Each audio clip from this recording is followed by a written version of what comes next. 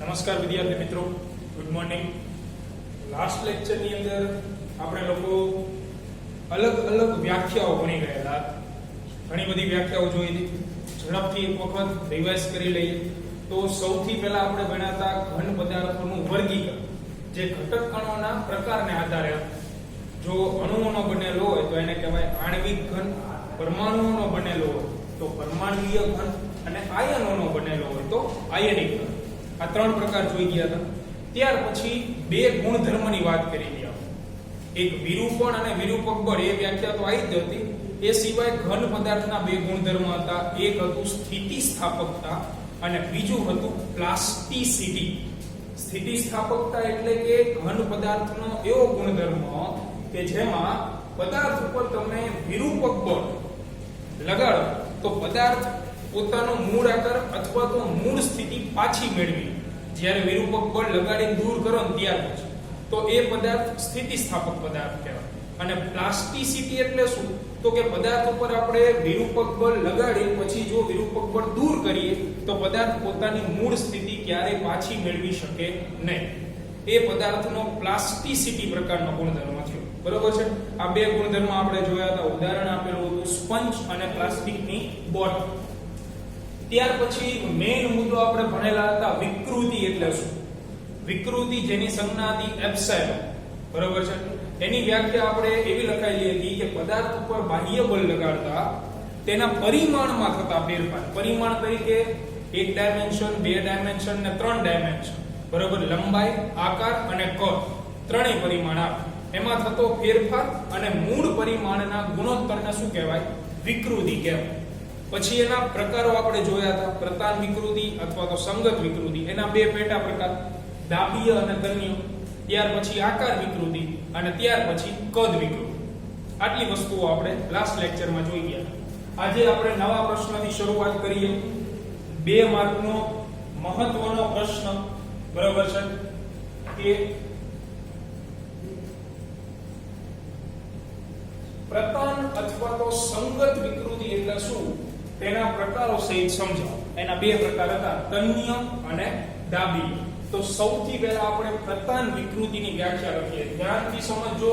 બધી વ્યાખ્યાઓ એક સરખા જેવી લાગશે, પણ જ્યાં જ્યાં શાબ્દિક ફેરફાર હશે એની નીચે હું તમને અંડરલાઈન કરી આપીશ. બરોબર? તો પ્રતાન વિકૃતિની વ્યાખ્યા કે પદાર્થના માત્ર એવા એક બિંદુએ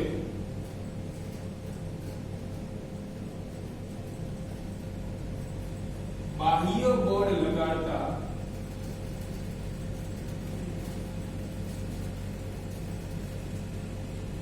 તેની લંબાઈમાં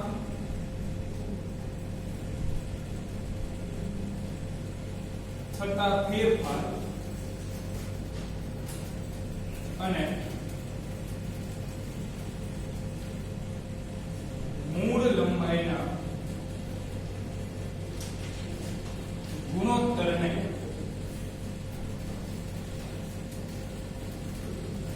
પ્રતાન અથવા તો સંગત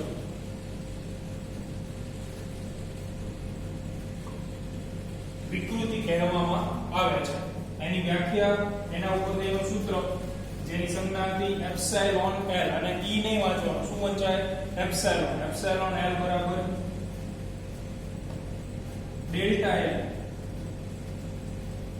એટલે કે લંબાઈમાં થતો ફેરફાર છેદમાં મૂળ લંબાઈ એટલે કે L. તો આ પ્રતાન વિકૃતિ અથવા તો સંગત વિકૃતિ એનું સૂત્ર છે. બરોબર? પદાર્થના માત્ર એવા એક બિંદુએ બાહ્ય બળ લગાડતા. જો એક વસ્તુ સમજી લો કે બાહ્ય બળ અલગ અલગ પ્રકારના આવશે. તમે અલગ અલગ પ્રકારના બાહ્ય બળ લગાડો તો એ પ્રમાણે પદાર્થના પરિમાણમાં અલગ અલગ પ્રકારના ફેરફારો થાય. અહીંયા આપણે બાહ્ય બળ માત્ર એક બિંદુએ લગાડવાનું છે. આ બાહ્ય બળનો પ્રકાર. જો તમે વ્યાખ્યામાં બાહ્ય બળનો પ્રકાર યોગ્ય રીતે મેન્શન નહીં કરેલો હોય તો વ્યાખ્યા ખોટી પડશે. બરોબર?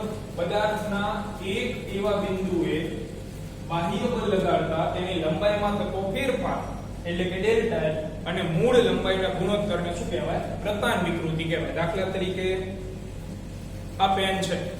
હવે ધારો કે આ બિંદુથી હું ખેંચું એટલે બળ લગાડું તો એની લંબાઈ શું થાય? વધે. એટલે એની લંબાઈમાં થયેલો વધારો છે એ અને છેદમાં એની જે મૂળ લંબાઈ છે એનો જે ગુણોત્તર છે એને શું કહેવાય? પ્રતાન વિકૃતિ કહેવામાં આવે. બરોબર? એટલે બાહ્ય બળનો જે પ્રકાર છે એને તમારે વ્યવસ્થિત રીતે રિપ્રેઝન્ટ કરો. આ મૂળ એક બિંદુએ બાહ્ય બળ લગાડતા પછી આગળ તો તમે સૂત્ર પ્રમાણે વ્યાખ્યા લખી શકો. તમારે વ્યાખ્યામાં ધ્યાન રાખવાનું છે કે બાહ્ય બળનો પ્રકાર આપણે સાચો લખેલો છે કે નથી લખેલો. બરોબર? તો આ પ્રતાન વિકૃતિની વ્યાખ્યા કે માત્ર એવા એક બિંદુએ બાહ્ય બળ લગાડતા પદાર્થની લંબાઈમાં થતો ફેરફાર અને મૂળ લંબાઈના ગુણોત્તરને શું કહેવાય? પ્રતાન વિકૃતિ. ફેરફાર શબ્દ છે તો પ્રતાન વિકૃતિ. હવે એના બે પેટા પ્રકાર હતા. તો પ્રતાન વિકૃતિના બે પ્રકારો હતા. એમાંથી એક પ્રકાર આપણે જોઈએ.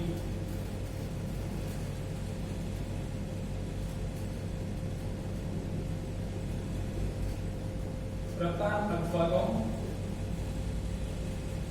સંગત વિકૃતિના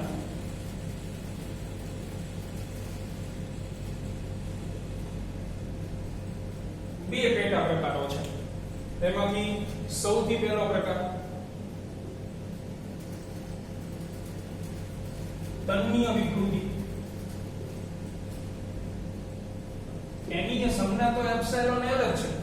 જેવી આની સંજ્ઞા છે એવી જ આની સંજ્ઞા તન્નીય વિકૃતિ.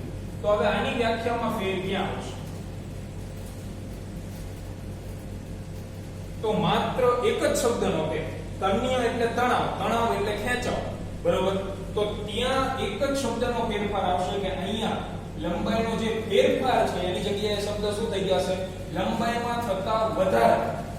માત્ર એક જ શબ્દનો ફેરફાર.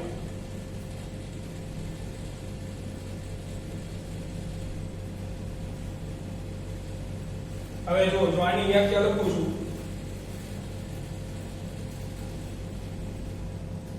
કે પદાર્થના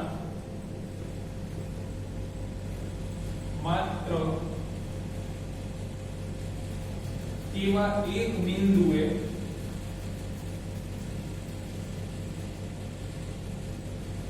બાહ્ય બળ લગાડતા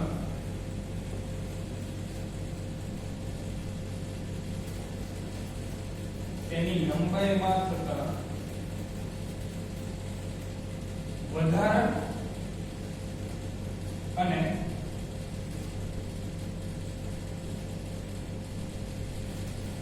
મૂળ લંબાઈના ગુણોત્તરને તન્નીય અથવા તો તણાવ વિકૃતિ કહેવામાં આવે છે. જો તમને વ્યાખ્યા એક સરખી લાગશે. હવે આમાંથી તમારે તફાવત શોધવો એ જરૂરી છે. બરોબર? તો આ વ્યાખ્યામાં કોઈ ફેર નથી. બાહ્ય બળનો પ્રકાર એ જ છે. પણ અહીંયા જુઓ તમે ફેરફાર શબ્દ જે હતો એની જગ્યાએ શબ્દ શું આવી ગયો? વધારો. બાકી કોપી. બરાબર? કોઈ જ ફેરફાર. એટલે વ્યાખ્યા લખતી વખતે માત્ર તમે તફાવત યાદ રાખો એટલે તમારું કામ થઈ ગયું. પદાર્થના માત્ર એવા એક બિંદુએ બાહ્ય બળ લગાડતા તેની લંબાઈમાં થતા વધારા અને મૂળ લંબાઈના ગુણોત્તરને તન્નીય વિકૃતિ કહેવાય. જો એની આપણે આકૃતિ દોરીએ તો આ એક દ્રઢ આધાર છે એટલે કે દીવાલ છે અને અહીંયા એક પદાર્થ આપણે આવી રીતે ટીંગાડેલો છે. તો હવે એને હું આ બાજુ બળ લગાડું છું એટલે કે ખેંચું છું F બળ. તો શું થશે? તો એ ખેંચાય એટલે ટૂંકમાં એની લંબાઈ વધે. તો લંબાઈનો વધારો કેટલો થયો?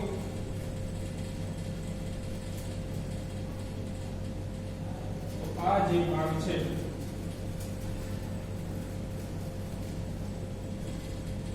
એને આપણે કહી શકીએ ડેલ્ટા L એટલે કે લંબાઈમાં થયેલો વધારો. બરોબર? એટલે તમારે માત્ર એવા બિંદુએ જ બાહ્ય બળ લગાડવું કે જ્યાં લંબાઈનો ફેરફાર થઈ શકે. દાખલા તરીકે આ બોલ પેનને હું અહીંયાથી બાહ્ય બળ લગાડું તો લંબાઈમાં કોઈ ફેરફાર ન થાય. એટલા માટે અહીં લખેલું છે માત્ર એવા એક બિંદુ, એવું બિંદુ તમારે તમારી રીતે મેળવવા, બરોબર છે, કે જેથી લંબાઈમાં તમે ફેરફાર કરી શકો. માત્ર એવા એક બિંદુએ બાહ્ય બળ લગાડતા લંબાઈમાં થતા વધારા અને મૂળ લંબાઈના ગુણોત્તરને શું કહેવાય? તન્ય વિકૃતિ. સૂત્ર કોપી, કોઈ જ ફેરફાર, બરોબર છે.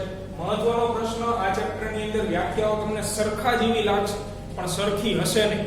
એનો તફાવત તમને આ જે રેડ પેનથી દેખાય છે એવા તફાવત આવશે વ્યાખ્યામાં, એ હું તમને જણાવી દઈશ. પછી વ્યાખ્યાઓનો તફાવત તમારે યાદ રાખી લેવાનો, બરોબર.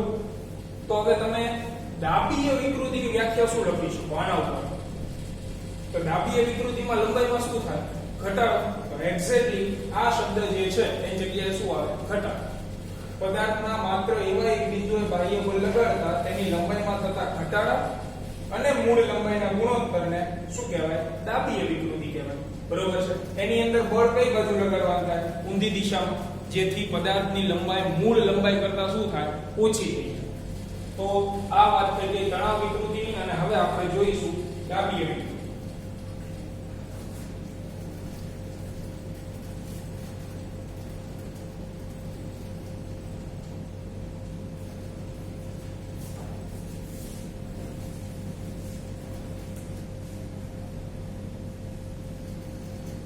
તો પ્રતાપ વિકૃતિનો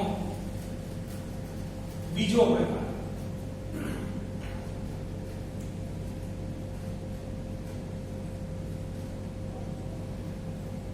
દાબીય વિકૃતિ. એની સંજ્ઞા L, કારણ તો લંબાઈ સાથે સંકળાયેલી વિકૃતિ છે ને એટલા માટે, બરોબર. તો એની વ્યાખ્યામાં માત્ર અહીંયા શબ્દ આવશે ઘટાડો. તો વ્યાખ્યા એની કે પદાર્થના માત્ર એવા એક બિંદુએ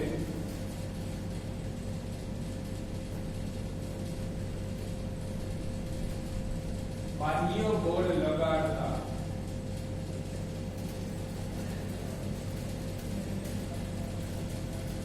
તેની લંબાઈમાં થતા ઘટાડા અને મૂળ લંબાઈના ગુણોત્તરને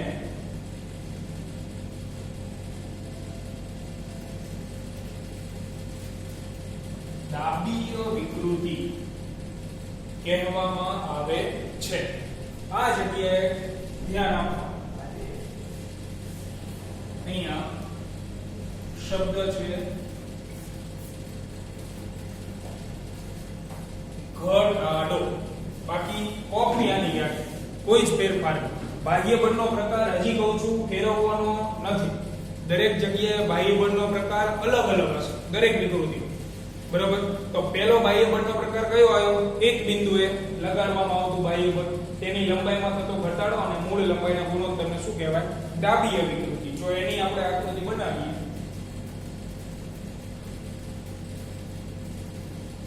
તો આવી રીતે આકૃતિ બનશે. આ બાજુ બળ લગાડવાનું થાય, બરોબર. પદાર્થ ઉપર તમે આ સાઈડ બળ લગાડશો તો એની લંબાઈમાં ઘટાડો થશે. એની લંબાઈ જે છે એ મૂળ લંબાઈ કરતા ઓછી થઈ જાય.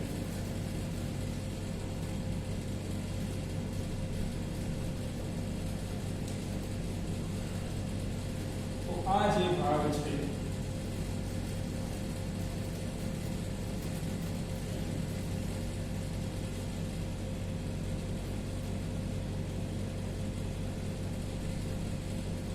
આ છે ડેલ્ટા L, લંબાઈનો ઘટાડો, બરોબર.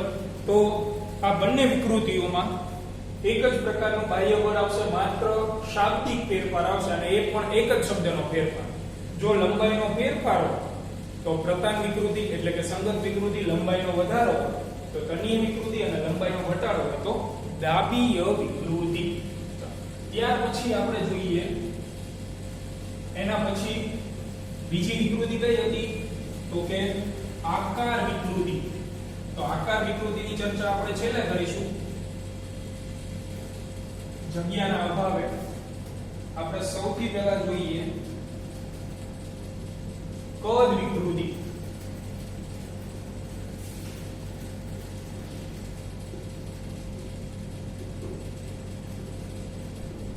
તેની સંજ્ઞા હતી એપ્સિલોન v, કદ એટલે વોલ્યુમ. તો કદ વિકૃતિ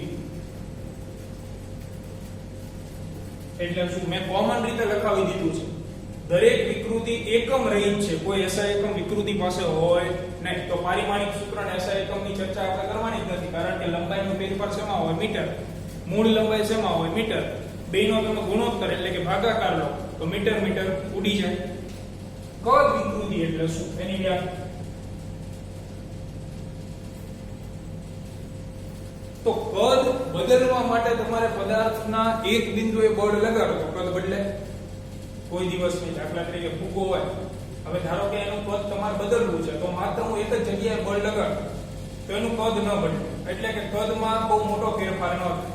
કદ બદલવા માટે તમારે સમગ્ર સપાટી ઉપર બળ લગાડવું અને એ પણ લંબ રૂપે.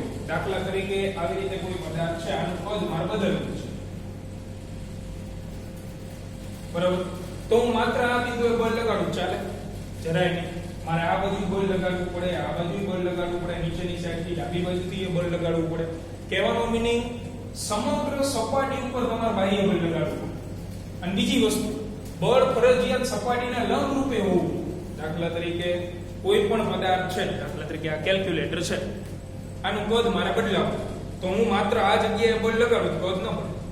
માત્ર અહીંયા બળ લગાડું તો કદમાં કોઈ મોટો ફેરફાર થાય નહીં. એના માટે મારે સમગ્ર સપાટીને લંબ રૂપે અને દરેક જગ્યાએ બળ લગાડવું પડે કે જેથી તમે કદમાં ફેરફાર કરી શકો. એની વ્યાખ્યામાં બાહ્ય બળનો પ્રકાર આ રીતનો આવશે કે પદાર્થની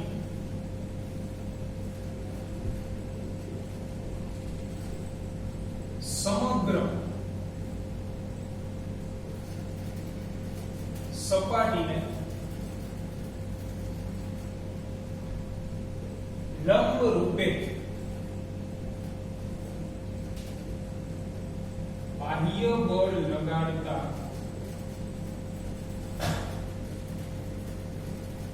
તેના કદમાં થતા ફેરફાર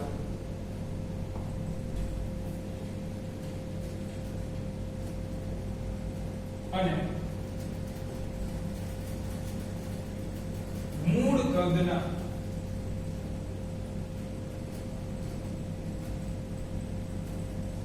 ગુણોત્તરને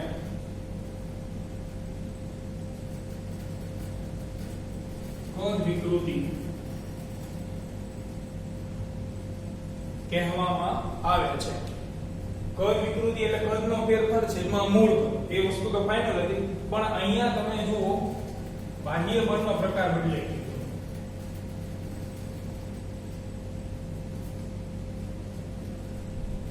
બાહ્ય બળ કઈ રીતે લગાવવાનું? સમગ્ર સપાટીને લંબ રૂપે બાહ્ય બળ. જ્યારે દાબીય વિકૃતિમાં કઈ રીતે હતું તો માત્ર એક બિંદુએ બાહ્ય બળ લગાડતા. એટલે વ્યાખ્યાની અંદર બાહ્ય બળનો પ્રકાર મેન્શન કરવો જરૂરી છે. તમે અહીંયા માત્ર એક વ્યાખ્યા લખો પદાર્થમાં બાહ્ય બળ લગાડતા લંબાઈનો ઘટાડો મૂળ લંબાઈનો ગુણોત્તર તો વ્યાખ્યા ખોટી. એમાં પ્રોપર બાહ્ય બળનો પ્રકાર કેવો હોવો જોઈએ? એક બિંદુ. કદ વિકૃતિમાં બાહ્ય બળનો પ્રકાર કેવો હોવો જોઈએ? સપાટીને લંબ રૂપે બાહ્ય. બરાબર? બાકી પાછળ તમને આવડે કદમાં થતો ફેરફાર અને મૂળ કદનો ગુણોત્તર, તો એનું સૂત્ર તમે લખી શકો આ રીતે. કદનો ફેરફાર એટલે ડેલ્ટા v છેદમાં મૂળ કદ એટલે v. તો આ કદ વિકૃતિ થઈ ગઈ. તો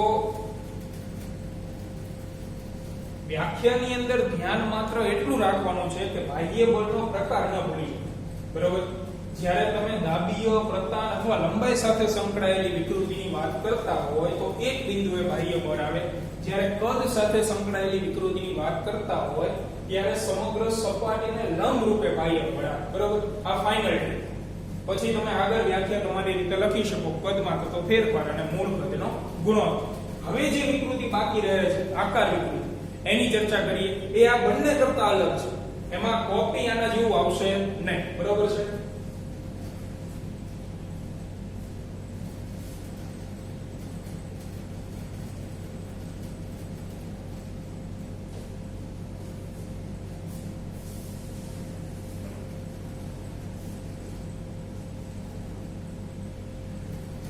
તો હવે આપણે જોઈએ આકાર વિકૃતિ. ધ્યાન આપજો, આકાર વિકૃતિ એ આ બંને વિકૃતિઓ કરતા અલગ છે. એમાં આવી વ્યાખ્યા નહીં આવે કે આનો ગુણોત્તર.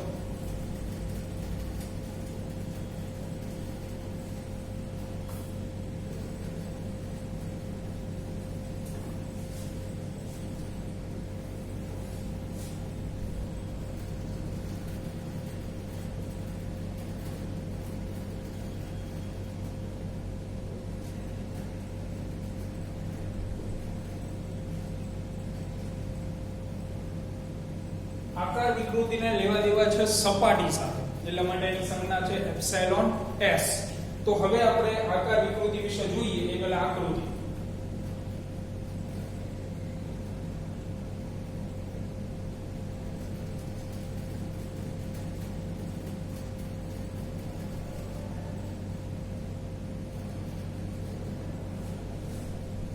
તો હું એક સમઘન દોરું છું.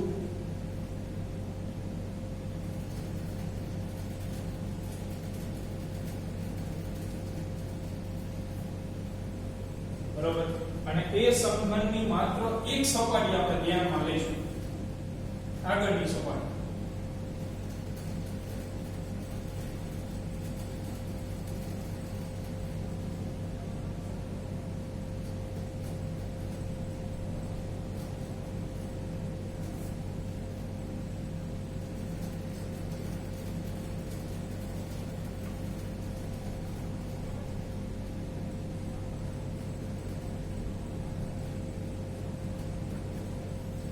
આ રીતે એક સમઘન છે અને આ સમઘનની આપણે માત્ર આ સપાટી ધ્યાનમાં લઈએ, આગળની side A B C and D. બરોબર? હવે આ સમઘનમાં હું આ પ્રમાણે બળ લગાડું છું. ધ્યાનથી જોજો અને વિચારો. એક બળ આમ લગાડું છું, એક બાહ્ય બળ અહીંયા.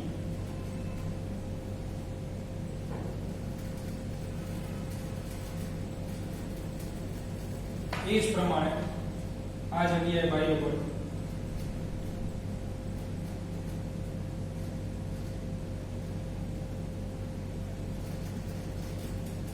અને નીચેની side.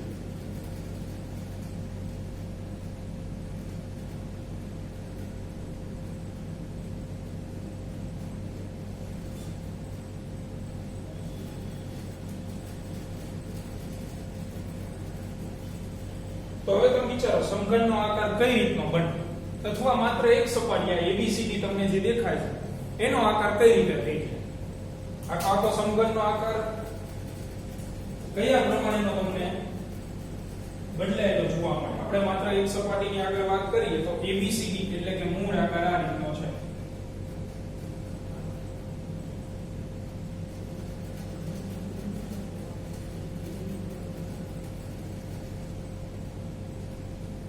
A B C and D.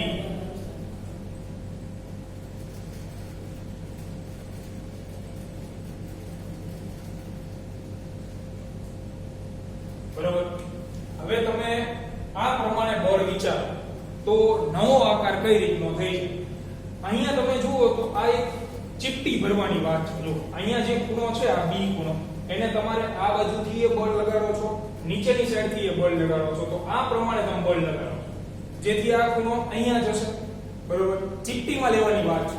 એ જ પ્રમાણે અહીંયા છે D બિંદુ, આ સાઈડ બળ લગાડો છો, નીચેની સાઈડ બળ લગાડો છો, એટલે તમે આ પ્રમાણેની ચીપટી કરો છો, એટલે અહીંયા આવશે એ ખૂણો.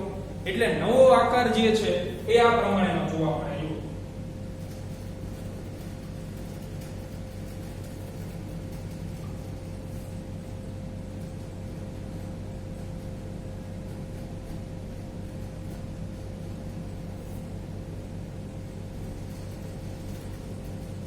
આવો આકાર થઈ ગયો, નવો આકાર. એટલે જે બી બિંદુ છે એ ખેંચાઈને અહીંયા આવતું એટલે એને કહી દઈએ બી ડેશ. એ બિંદુ નીચે આવતું રહેશે આ જગ્યાએ, એ થઈ જશે એ ડેશ. બી બિંદુ અહીંયા આવતું રહે બી ડેશ, અને સી બિંદુ આ જગ્યાએ આવતું રહેશે સી ડેશ. આને તમે પ્રોપર સમજી શકો પ્રેક્ટિકલી. તમારી પાસે આખું ખોખું છે, ઉપરની સાઈડ તમે આ બાજુ બળ લગાડ્યું, નીચેની સાઈડ આ બાજુ, એટલે તમે આ બી બિંદુને ચપટીમાં લો છો અને ખેંચો છો. એ જ પ્રમાણે ડી બિંદુની વાત કરીએ, આ સાઈડ બળ લાગે, નીચેની સાઈડ બળ લાગે, એટલે ડી બિંદુને ચપટીમાં લઈને આ બાજુ ખેંચવાનું છે. તો નવો આકાર આ રીતનો બને. એટલે કે આવો ફેરફાર તમને જોવા મળે. આકાર સાદી ભાષામાં તમને સમજાવું તો જે ચોરસ હોય, ચોરસ આકાર, આ મૂળ આકાર ચોરસ. તો નવો આકાર જે છે એ કયા પ્રકારનો થઈ જાય? તો કાજુ કતરી પ્રમાણ, અથવા તો શક્કરપારા તમે જોયું હોય, શક્કરપારા આકારનો થઈ જાય. જે ચોરસ આકાર છે એનું શું થઈ જાય? શક્કરપારા બને. એટલે જે આ છે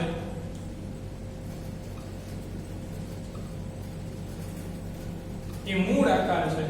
જ્યારે a dash b dash c dash d dash એને તમે કહી શકો વિરૂપી, એટલે કે બદલાયેલો અથવા તો નવો આકાર. જો હવે આપણે પ્રેક્ટિકલી સમજીએ, તમને જે ABCD દેખાય છે જૂનો આકાર એ આ છે, વ્યવસ્થિત દેખાય છે બધા, બરોબર? ABCD જે આ ચોરસ તમને દેખાય છે એ આ રીતે ABC અને D. હવે હું બળ કઈ રીતે લગાવું છું? અહીંયા તમે જુઓ, એટલે B બિંદુ અહીંયા છે, A બિંદુ અહીંયા છે. તો તમે આ સપાટીને સમાંતર અથવા સ્પર્શકની દિશામાં આ બાજુ બળ લગાડો છો, અને અહીંયા ઉપરની સાઈડ બળ લગાડો છો, જે આ આકૃતિમાં તમે જોઈ શકો, આ સાઈડ અને નીચેની સાઈડ. તો આ જે ખૂણો છે એને હું આ પ્રમાણે ખેંચું છું, આ સાઈડ, બરોબર? અને અહીંયા તમે જુઓ તો નીચેની સાઈડ બળ લાગે, એટલે આ સપાટીમાં નીચેની સાઈડ, અને આ બાજુ CD માં એટલે આ સાઈડ. તો આ જે ખૂણો રહ્યો એ તમે ચપટીમાં લો છો આ પ્રમાણે, એને તમે ક્યાં ખેંચો છો? આ બાજુ. તો નવો આકાર કઈ રીતે બને? તો નવો આકાર જે છે એ આ પ્રમાણેનો થઈ જશે. આ જે છે એ નવો આકાર છે, અને આ રહ્યો એ જૂનો આકાર, બરોબર? ફેર દેખાય છે તમને, બરોબર છે?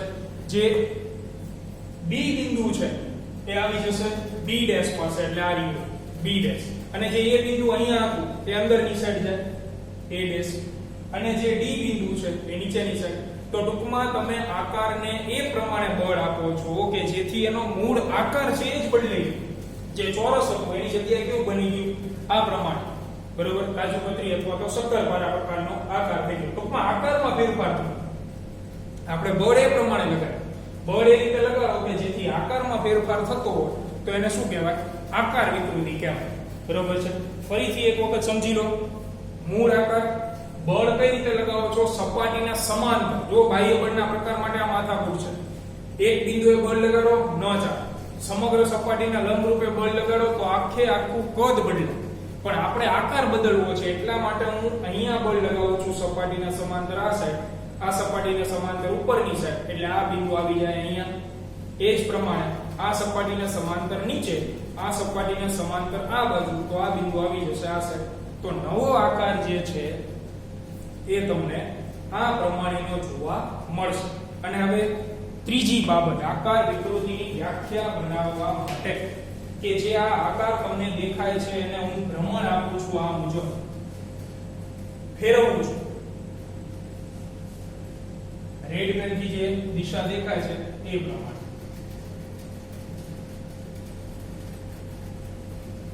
ભ્રમણ આપતા. તો ભ્રમણ આપી એટલે શું થાય કે તમારે ભ્રમણ એ રીતે આપવાનું છે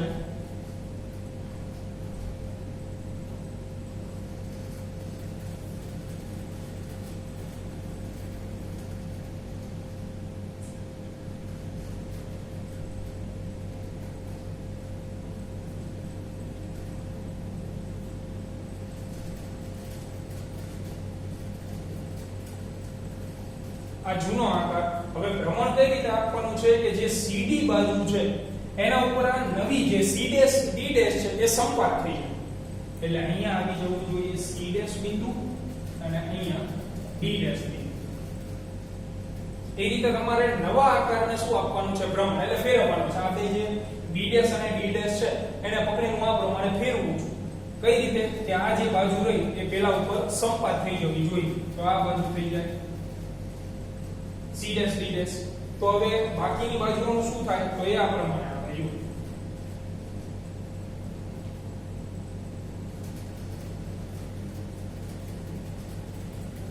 અહીંયા આવી જશે A', અહીંયા આવી જશે B'. અને આ જે ખૂણો છે એ થઈ જાય થીટા. ને આ જે માપ છે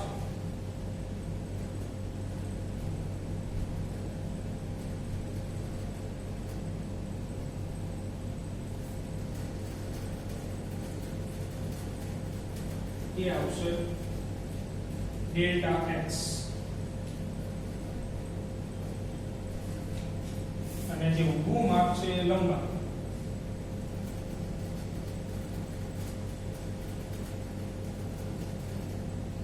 મૂળ લંબાઈ આકાર.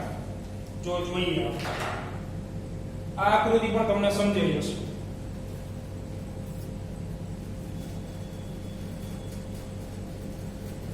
જો આ પ્રમાણેની આકૃતિ જોવા મળતી છે આપણને.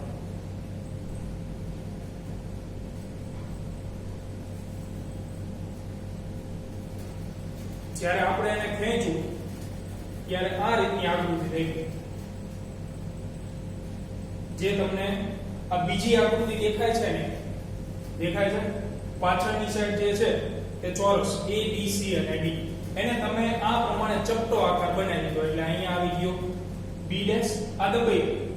એટલે જે તમને વ્હાઈટ કલરનું પેજ દેખાય છે એ કયો આકાર છે? નવો આકાર. A', B', C' અને D'. અને પાછળ જે તમને વાદળી કલરનું કૂટું દેખાય છે એ કયો આકાર છે? મૂળ આકાર. હવે તમારે ભ્રમણ કઈ રીતે આપવાનું છે? B' ને નીચે ખેંચવાનું છે. એટલે B' જે અહીંયા છે એને નીચેની સાઈડ ખેંચવાનો છે અને આ જે રહ્યું એને ઉપરની સાઈડ. એટલે ભ્રમણ આ રીતે આપવાનું છે. ભ્રમણ આપી જે નીચેની બાજુઓ છે એને એકબીજા ઉપર સંપાત કરી દેવાની છે. આ બે બાજુ રહી CD અને C' D' એને એકબીજા ઉપર સંપાત કરવાની એટલે ભેગી કરી નાખવાની. જો આ ભેગી કરી નાખી બે બાજુ તો તમને આકૃતિ નંબર 3 દેખાશે. દેખાય છે આકૃતિ નંબર 3? પાછળ જે બ્લુ કલરની પેનથી દોરો A B C અને D એ જૂનો આકાર છે. અને નવો આકાર જે વ્હાઈટ કલરનું પેજ તમને દેખાય છે એ છે આ રહ્યો A', B', C' અને D'. એ બે વચ્ચે અહીંયા ખૂણો બને. જો આજે તો આટલો ભાગ જે છે એ ભાગને કહેવાય ડેલ્ટા x અને જે ઊભો ભાગ છે એને શું કહેવાય? લંબાઈ. તો આકાર વિકૃતિની વ્યાખ્યા આના ઉપરથી એવી બને કે પદાર્થની સપાટીને સમાંતર. જો અહીંયા સપાટીને કેવું બળ લગાડ્યું? સમાંતર. પદાર્થની સપાટીને સમાંતર અથવા તો સ્પર્શીય બાહ્ય બળ લગાડતા સામસામેની બાજુઓ વચ્ચે થતા સાપેક્ષ સ્થાનાંતરને શું કહેવાય? આકાર વિકૃતિ. સામસામેની બાજુઓ જે હતી, આ બાજુ જે હતી એ ખસીને ક્યાં આવી ગઈ? અહીંયા આવી ગઈ. અને પાછળ જે આ બાજુ હતી એ ખસી આ બાજુ આવી ગઈ. તો સામસામેની બાજુઓનું જે સાપેક્ષ સ્થાનાંતર થયું એના કારણે આકાર બદલાઈ ગયો. આકાર બદલાઈ ગયો એટલા માટે કઈ વિકૃતિ થઈ? આકાર વિકૃતિ થઈ. બરોબર. 2 માર્કમાં પૂછાય સિમ્પલ વસ્તુ એકદમ. સમઘન દોરો, એની એક સપાટી ધ્યાનમાં લો, આ બાજુ બળ લગાડ્યું, આ સાઈડ બળ લગાડ્યું, આ બાજુ આ બાજુ. ટૂંકમાં 4 બળ મેં સપાટીને સમાંતર લગાડેલા છે અથવા તમે કહી શકો સ્પર્શકની દિશા. જેના કારણે ઇફેક્ટ આ પ્રમાણે કે જે ABCD બાજુ હતી બરોબર ચોરસ એ બની ગઈ આ પ્રમાણેની. બરોબર છે. જે આ A', B', C' અને D'. ત્રીજું સ્ટેપ કે તમારે નવા આકારને એવી રીતે ભ્રમણ આપવાનું છે કે જૂના આકારની બાજુ CD અને નવા આકારની બાજુ C' D' એકબીજા ઉપર સંપાત થઈ જાય. એટલે આ પ્રમાણેનું કંઈક થાય. તો આકૃતિ નંબર 3 બને. અને એમાં તમને જે સામસામેની બાજુ આ બાજુ અને સામેની સાઈડ આ બાજુ એનું જે સાપેક્ષ સ્થાનાંતર થાય છે જેના કારણે આકારમાં ફેરફાર થાય છે એને શું કહેવાય? આકાર વિકૃતિ કહેવામાં આવે છે. તો આ આકૃતિઓ આકાર વિકૃતિને લગતી અને હવે આપણે એનું જોઈએ લખાણ.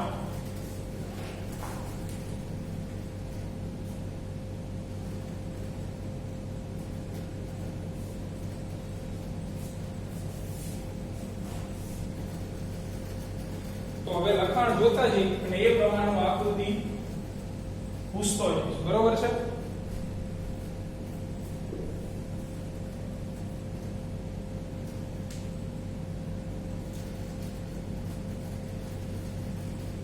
તો પ્રથમ આકૃતિમાં દર્શાવ્યા મુજબ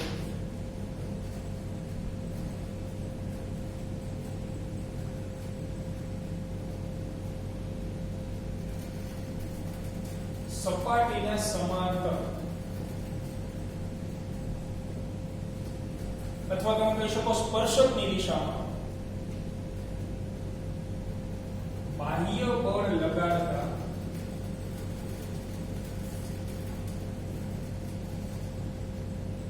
વિરૂપી આકાર એટલે કે નવો આકાર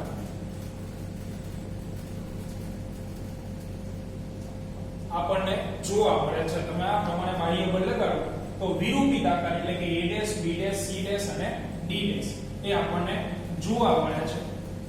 ટૂંકમાં લખાણ છે એકદમ.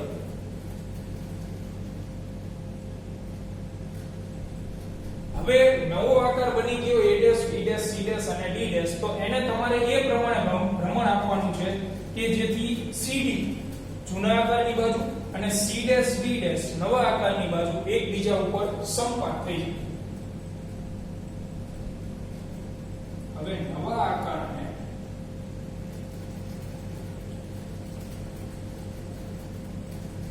એવી રીતે ભ્રમણ આપવામાં આવે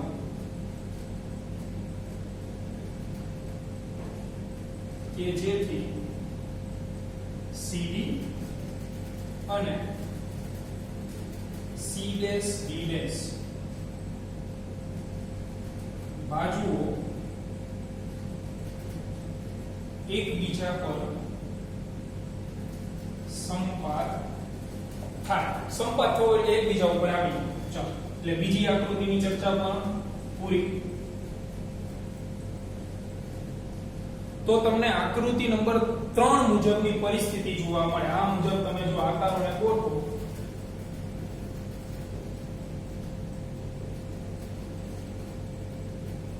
તેથી આકૃતિ 3 મુજબની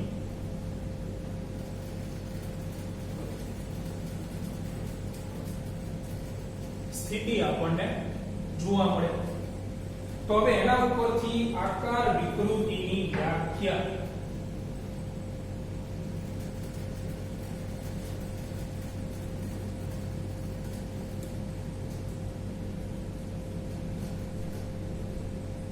કે પદાર્થની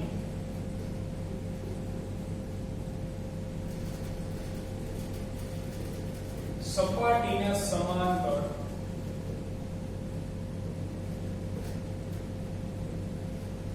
બાહ્ય બળ લગાડતા સપાટીને સમાંતર બાહ્ય બળ લગાડતા જો બાહ્ય બળનો પ્રકાર કેવું બાહ્ય બળ જોશે અહીંયા સપાટીને સમાંતર બાહ્ય ત્રણેય વિકૃતિ આપણે જોઈ. પહેલી પ્રતાન વિકૃતિ એમાં કેવું બાહ્ય બળ જોઈ માત્ર એક બિંદુ. બીજું જોઈ કદ વિકૃતિ એમાં કેવું બાહ્ય બળ જોઈ સમગ્ર સપાટીને લંબ રૂપે. અને ત્રીજી આકાર વિકૃતિ એમાં બાહ્ય બળનો પ્રકાર કેવો છે સપાટીને સમાંતર બાહ્ય બળ લગાડતા તેની સામસામેની જો આ સામસામે AD અને BC એની સામસામેની બાજુઓ વચ્ચે થતા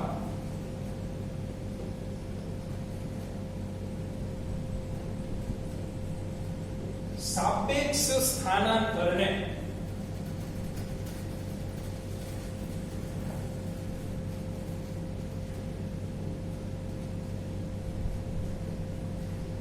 આકાર વિકૃતિ કહેવામાં આવે છે.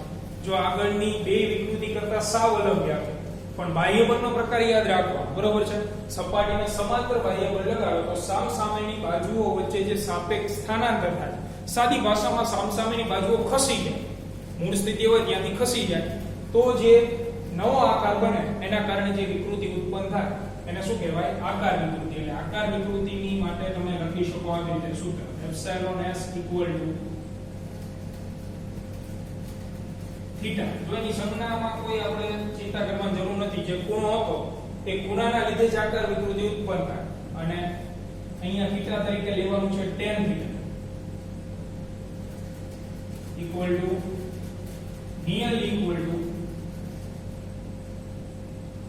થીટા લખી શકાય. અને tan થીટા બરાબર તમે જાણો છો સામેની બાજુ છેદમાં પાસેની બાજુ. તો આકૃતિ નંબર 3 માં તમે જોઈ શકો સામેની બાજુ શું હતું?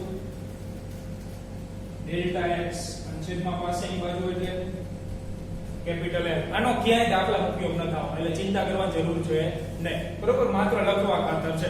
તો આકાર વિકૃતિ એટલે tan થીટા ગણી શકાય. તો ત્રણેય વિકૃતિ આપણે આજે જોઈ, બરોબર. મહત્વના પોઈન્ટ્સ કે બાહ્ય બળ,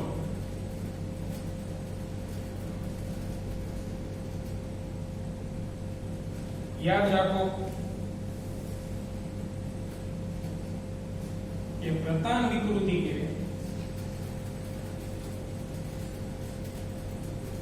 તો માત્ર એવા એક બિંદુએ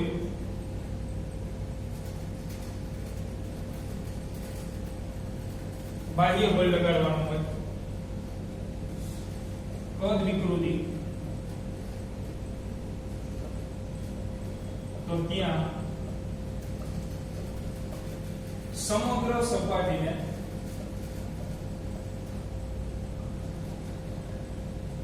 લંબ રૂપે બાહ્ય બળ આવે છે.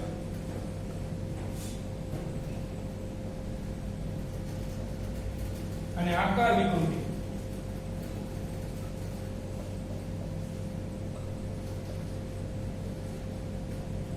તો સપાટીને સમાંતર બાહ્ય બળ આવે. આ ત્રણ વિકૃતિના મેઇન તફાવત. પછી તમે પ્રતાનમાં લખી શકો લંબાઈમાં થતો ફેરફાર મૂળ લંબાઈનો ગુણોત્તર, કદમાં થતો ફેરફાર મૂળ કદનો ગુણોત્તર. આની અંદર એવું નહીં આવે. સામસામેની બાજુઓ વચ્ચે થતા સાપેક્ષ સ્થાનાંતરને શું કહેવાય? આકાર વિકૃતિ. તો આજના લેક્ચરમાં આપણે અહીંયા સુધી રાખીએ વિકૃતિના પ્રકારો. નેક્સ્ટ લેક્ચરમાં જેટલી વિકૃતિ જોઈ એટલા જ પ્રતિબળો આપણે ભણવાના છે. તો મહેરબાની કરીને વિકૃતિ જે છે એ કમ્પ્લીટ તૈયાર કરી, બરોબર. મળીએ આવતા લેક્ચરની અંદર.